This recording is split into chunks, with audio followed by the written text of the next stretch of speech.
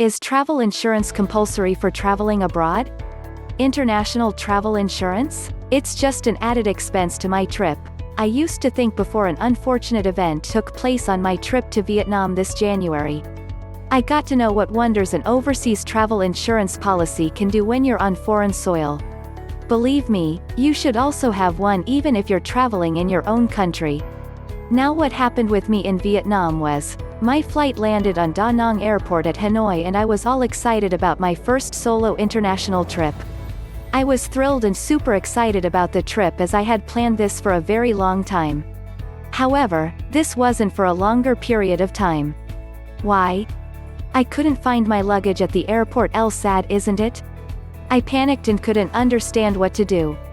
I spoke with the airport staff and they asked me to contact my insurance provider.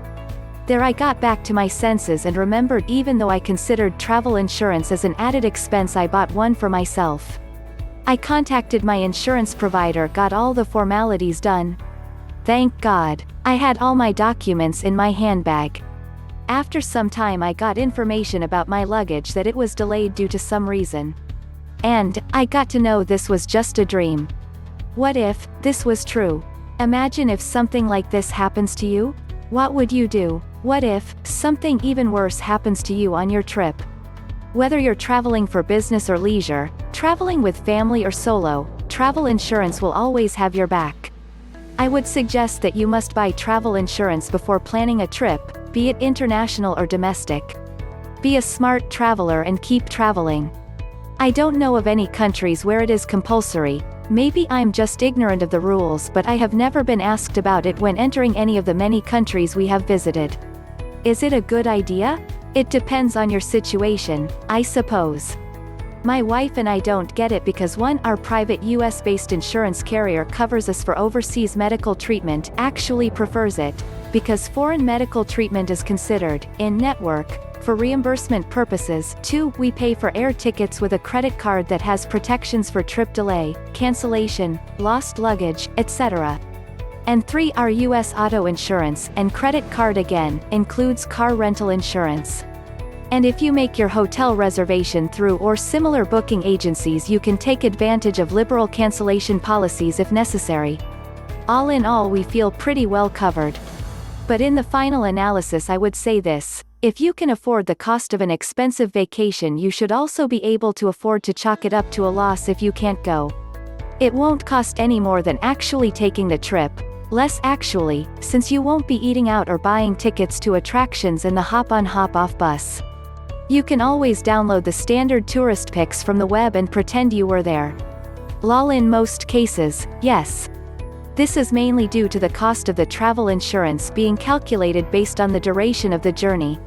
Longer journeys usually mean higher risk, and therefore higher cost. Also, insurance companies want to maximize their profits. Let's say you travel for 4 weeks. You spend the first 3 in, say, Norway, where you're extremely unlikely to need your travel insurance at all, and then the 4th week either walking up and down La Rambla in Barcelona being pickpocketed, or you travel to some dubious parts of Africa making lots of flight connections with ample opportunity to lose some baggage on your way and maybe catch a stomach bug or 2. The insurance company won't let you buy insurance just for the 1 week of African adventure. They will put in their insurance terms that your travel insurance must be bought in advance and be valid from the moment you leave your home and up until your return. Another factor is that the insurance company will want to make it as easy as possible for them to decide whether the accident or trouble you experience and want to be refunded for actually happened at a time when the insurance was valid.